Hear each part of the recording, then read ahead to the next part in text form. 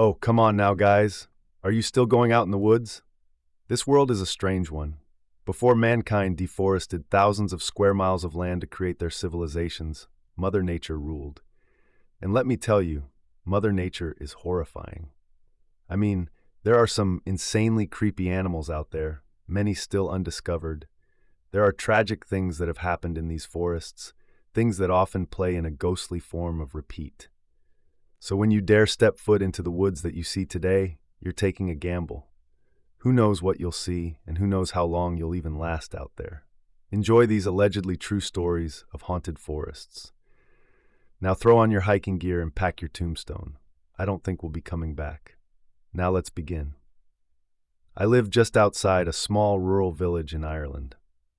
At the end of a short lane and across the road from my house is a forest planted by an old British landlord that lived in a huge house in the middle of the forest.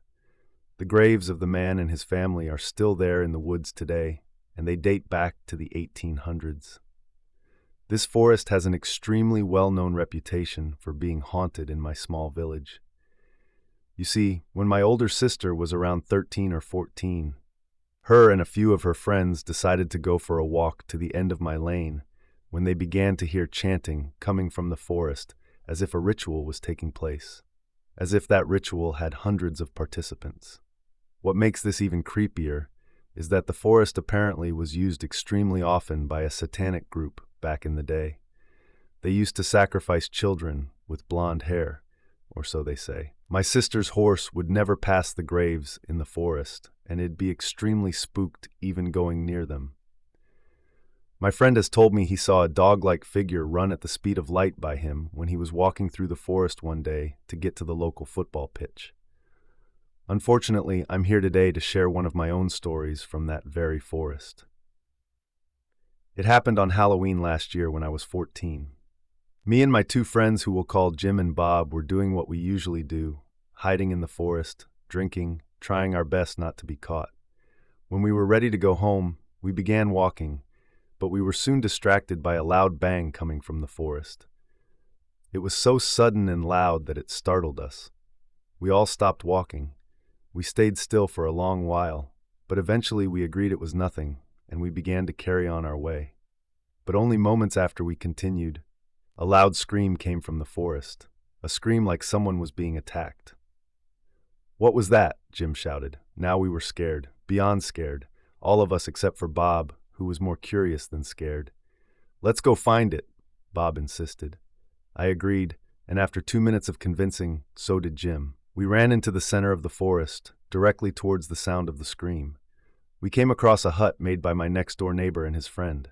We had been in this part of the forest before plenty of times, but that night it felt different.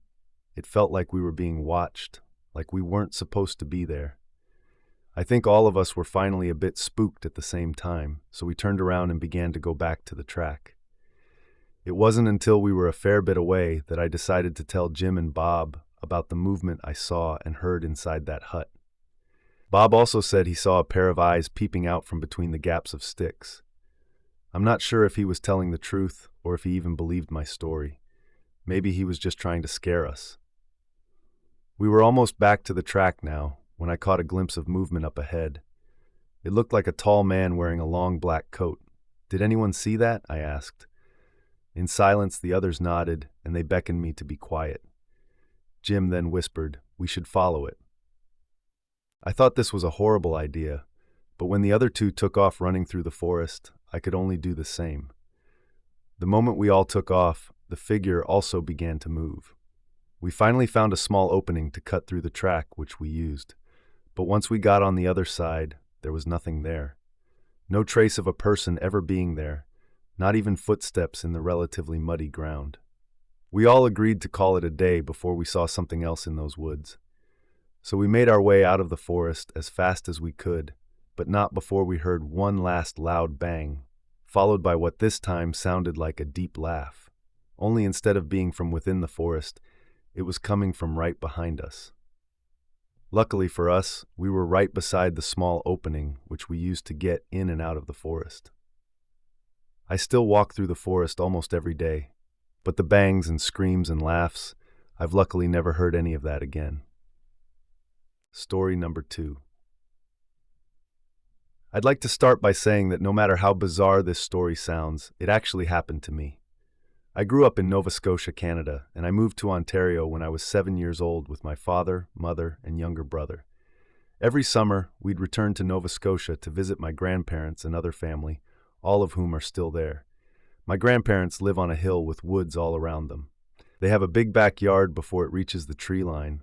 Then it drops off about a 5-foot drop before it hits the trees and the shrubs. I'm 25 years old, and this story happened just last summer. Now I enjoy hunting and fishing, and I have plenty of background knowledge of the woods and how to survive, but I'm not overly happy when I'm in the woods alone or at night. It can be intimidating and creepy. My friends have always considered me the rational and logical one. I don't usually subscribe to conspiracy theories or anything like that. I always strive for rational answers before anything.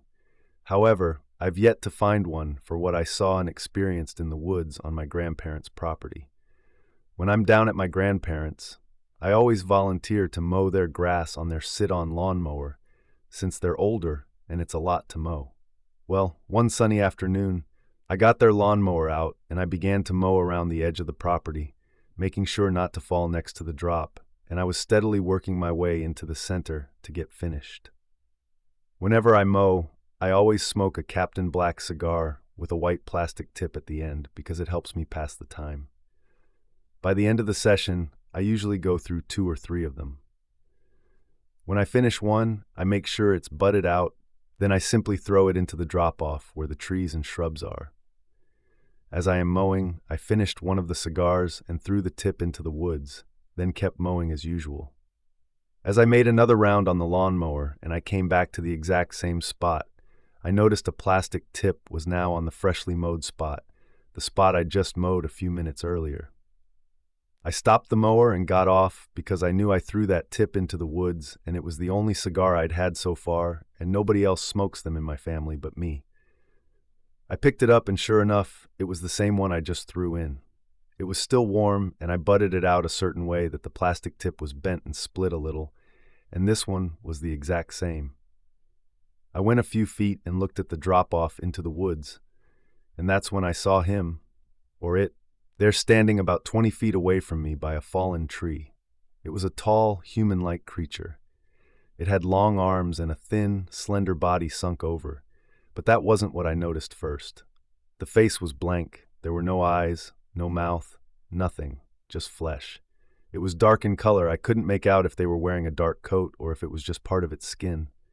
I brushed my face to make sure I wasn't seeing things, and that's when the creature let out a sound that I'd never heard any human or animal make. It wasn't coherent, and so I couldn't make it out. Then it ran at me, and before I could do anything, it was almost on me. Now, my grandparents are quite religious, and they kept a crucifix on literally everything, including on the dashboard of the lawnmower. I grabbed it to throw at the creature, as it was the only thing in my reach that was movable. When I picked it up and turned with it, the creature stopped dead in its tracks about 5 feet away from me and let out another scream. I didn't know how it was making that noise without a mouth. I held to the crucifix as tightly as I could, pushing it out in front of me. I looked at the creature, and it seemed to be looking right through me, even though it had no eyes. I could tell it wanted something, but I didn't know what, and then it spoke. I kid you not, this creature spoke to me. It said my name. "Jake, why do you torment us so?"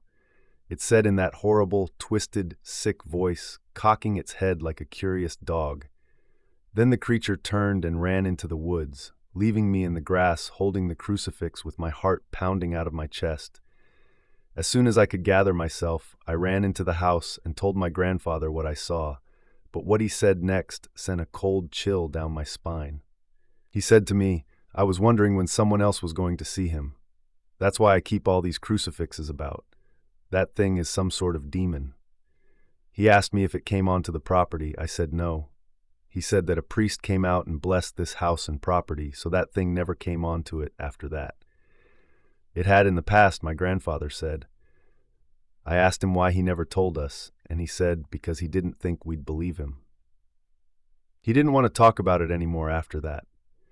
The last thing he said was, "Demons exist, hell exists, but it's all different than people think. There's a terrible reality that exists outside of what people want to believe." We never talked about it after that, and needless to say, I stopped mowing their lawn. After experiencing all that, I still had trouble believing that it actually happened. I hate to say it, but nowadays I'm a little wary of going back to my grandparents. Story number 3. This story is my father's. It was the night that a blizzard hit the East Coast in mid-March. My father and I take turns each night taking my dog for a walk in the dense woods area of the local park. At night, it was my turn, but he just decided to take the dog anyway. I think he enjoyed the walks alone with the pup. Just for some context, we lived in a town slightly more rural suburb of a larger city in America. Plus, my dad is a big guy and can seem pretty intimidating, someone you'd think twice about fighting. Anyway, my dad gets in his car and drives to the secluded part of the park late into the night. At that time, the snow was getting pretty heavy, but they didn't mind. My dad and my dog love the snow, and my dog loves walks in the snow even more.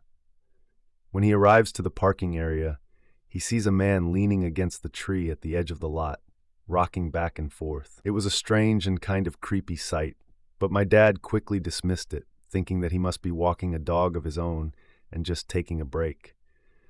Maybe he was rocking like that repeatedly because he was trying to warm himself up. Anyway, for a while nothing happens, but as he advances along the path in the woods, he notices a hooded man standing in the direct center of the path up ahead. He stops and looks at the silhouette of the man. He is motionless and doesn't speak, and he doesn't see any breath coming from within his hood.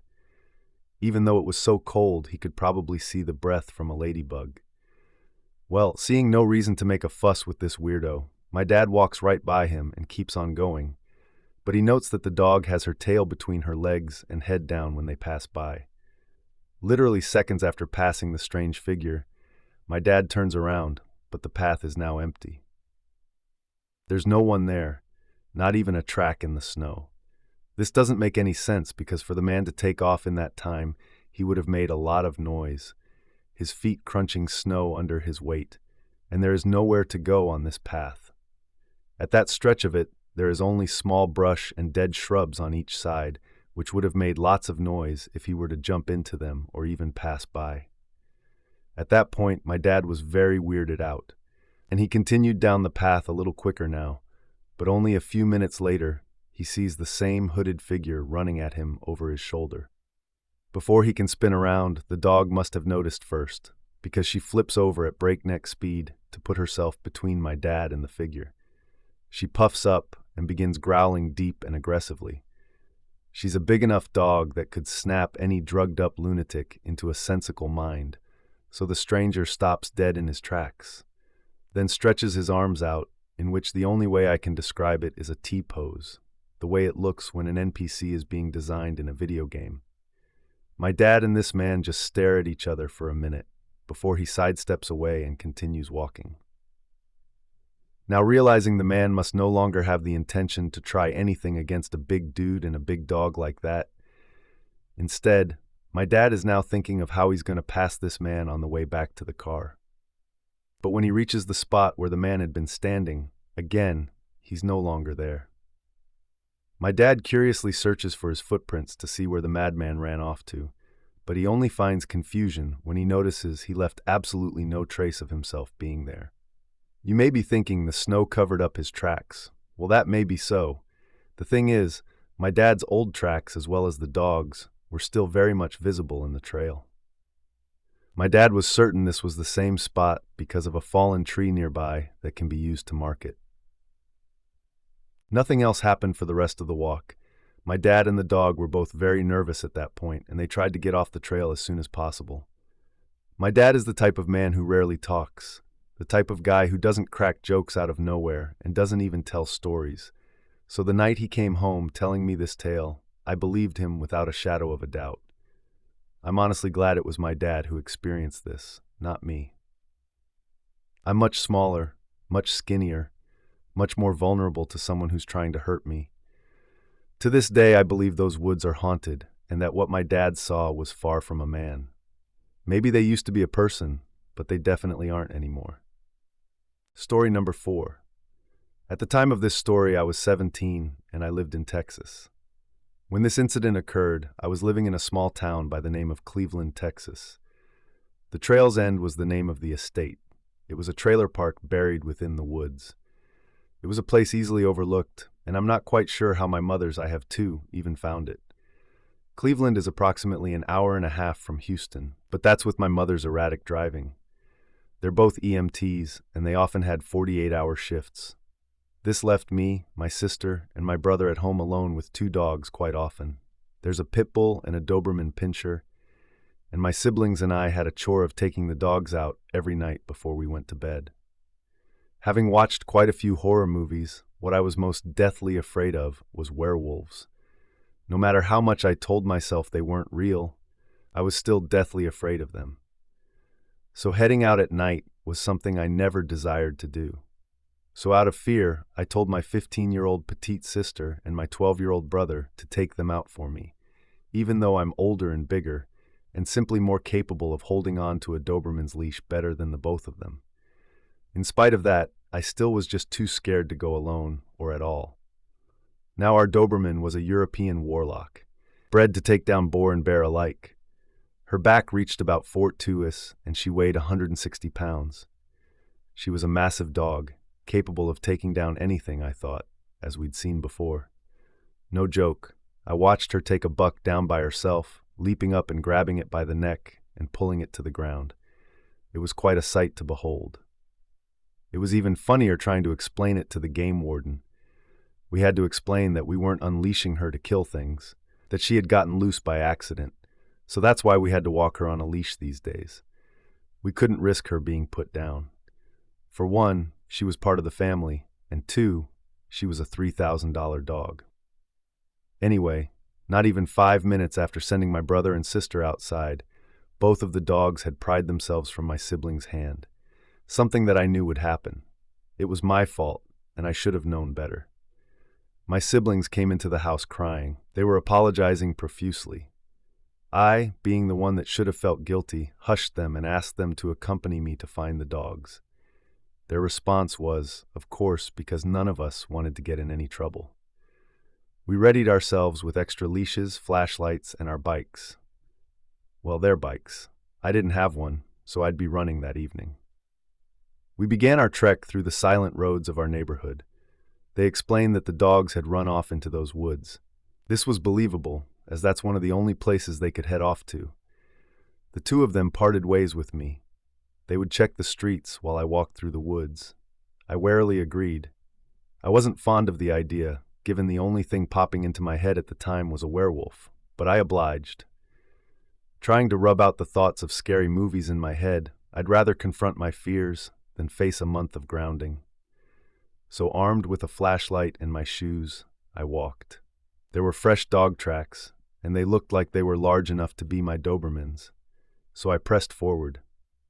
As I traveled deeper into the woods, the more I relaxed. Despite the occasional shuffle of leaves in front of me, everything seemed calm. Whatever was making the noise could have only been one or both of our dogs, so I didn't worry about it. When I listened closer, it sounded like an animal on all 4s, and this eased my mind a little. Considering the fake things I was scared of usually walked on 2 legs. But then the pattern stopped. I called out the dogs' names. I called out Storm, my Doberman, and moments later, I heard the shuffle of leaves as the animal ran away from me. "Dang it," I whispered. Then I ran after her, calling out her name. I had no idea how far I was into the forest at this point, and frankly, I didn't care. Not until I stumbled upon a shack. It was a disheveled, run-down thing. There was a single window by the door that had been shattered, and the wood was very obviously rotting, snapped, and scraped away.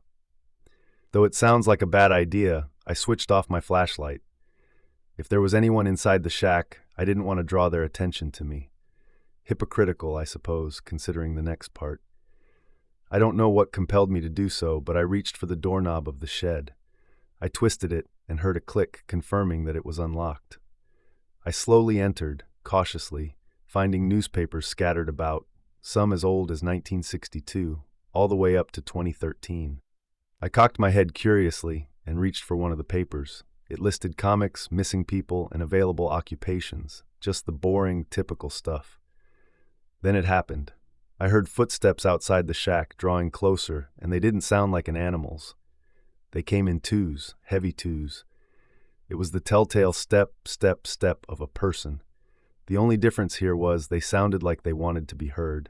I dropped the paper immediately, and I could feel my knees begin to buckle in fear. Faith, is that you? I heard a familiar voice, and I sighed in relief. It was just my little brother. They addressed me by my middle name. Are you there? My sister's voice chimed in. I wanted to speak out, but something felt wrong about the situation. I couldn't tell if it was my paranoia or if something was actually very, very wrong. My brother spoke again. Faith, did you find Stormy? Again, I felt a wash of relief once more. It was my brother. He always addressed Storm by her, though short, elongated name, always calling her Stormy. No, I answered, though I think she's stalking around somewhere out there. Come out here, let's look for her together. Alexis began again. However, there was an eerie neutrality to her voice. She didn't sound like herself. It could have been due to the cold, but I just didn't trust it. Just a moment, I leaned up cautiously and peered out through the window. There was only one singular silhouette, much too tall to be my sister, and far too tall to be my brother. It was far taller than my mother's as well. Maria. The thing said my name, and his voice was far deeper now. It was definitely nobody that I knew. If it was somehow my brother, it was like he chose to hit puberty in that instance, but he would never have called me by my first name. Then it said something else. You'd better get out of here. Now. I winced at the tone. I couldn't tell if he was a grown man. He still seemed so tall, too tall to be human. I froze, and just as I was about to flip on my flashlight, I heard a faint rustle of movement to my left. Well, we heard it. I could tell because he turned his head towards the noise. It was definitely no werewolf, that's for sure, but it definitely wasn't human, because humans don't have horns. I could make out a face that stuck out a little too much, and spiraling horns coming from both sides of its head, as well as a long, thick beard. I gasped, covering my mouth with my hands. Then a guttural growl erupted from my left. It sounded like a storm. The beast outside the shack stiffened. He turned towards the canine, its misshapen hind legs shifting with each step. What erupted from his muzzle brought tears to my eyes. He shook his head, tilted his head back, and just screamed. It sounded like a terrified woman begging for her life and a fox mixed. It was a shrill shriek. Then our canine began barking. Storm, I finally called out. She charged him. I could hear her heavy steps. I twisted the knob and bolted outside. I turned back for a split second to see the dog up on her hind legs. She was attempting to grab his neck, to no avail. He was too big. When she stands, our dog is about 6'2", but judging by the fact that she still couldn't reach his neck, this creature must have been well over 7 feet tall. I heard her whine, and my heart ached. The beast had heard her, and I was next. I could hear his steps drawing near. The noise was too close for comfort, and no matter the amount of adrenaline pumping through my veins, there was no outrunning this thing. He screamed again. It was so startling that I began to shake. I laughed at myself in my head, for I never imagined that I'd be so close to something like that. Everything seemed to happen slowly. It was agonizingly slow. As I tried to stand, I felt a sharp blow at my side. Something had hit me, hard. Then I heard those heavy footsteps pacing around me. I could hear him sniffing the air. I refused to look in its direction. His silhouette was terrifying enough. If I'd seen his features, I'd probably be doomed to trauma forever. But the thing just wouldn't have it. He reached his hand out towards me. Then I heard something. Faith! My sister called to me. My actual sister. Faith, are you okay? My brother followed close behind her. I could feel their hands trying to pull me up, but I swatted them away, screaming and crawling backwards. I didn't know if it was really them or more of the beast. You saw. They hushed me. It's okay now. We found Zeus. Storm with you. Zeus questioned me.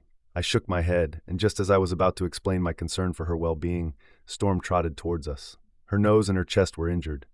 I didn't realize the pain in my side until we began to walk home. I was on edge, struggling to breathe, cautious the entire way back. Once we arrived safely, I locked all the doors and windows, and I told my brother to head to bed. Then I knelt a blanket over my sister and I's window. I didn't want to see anything outside. I turned on the television and raised the volume as much as possible, as to not disturb the neighbors or anger our parents when they got home. Faith, my sister, sighed. I know you're scared, but that's not necessary. I shook my head. You don't know what I saw, Alexis. I began to cry. First, you didn't see what I saw. She explained I should lower my voice as to not scare my brother. Then she whispered something I'll never forget. You're wrong, Alexis, because I saw him too. You can take as long as you want to prepare. You can take everything with you to be ready for any situation. But it doesn't matter. The dangers of the forest are very real. Even if you don't believe these stories, thousands of people disappear in the woods every year. Sure, it's not always ghosts. It might not be monsters, but many of these people are never found. Do you want to know why? Well, just take a hike in those woods for a while. Maybe then you'll see. Good night. Be sure to like, share, comment, and subscribe if you enjoyed the video, and we will see you in our next video.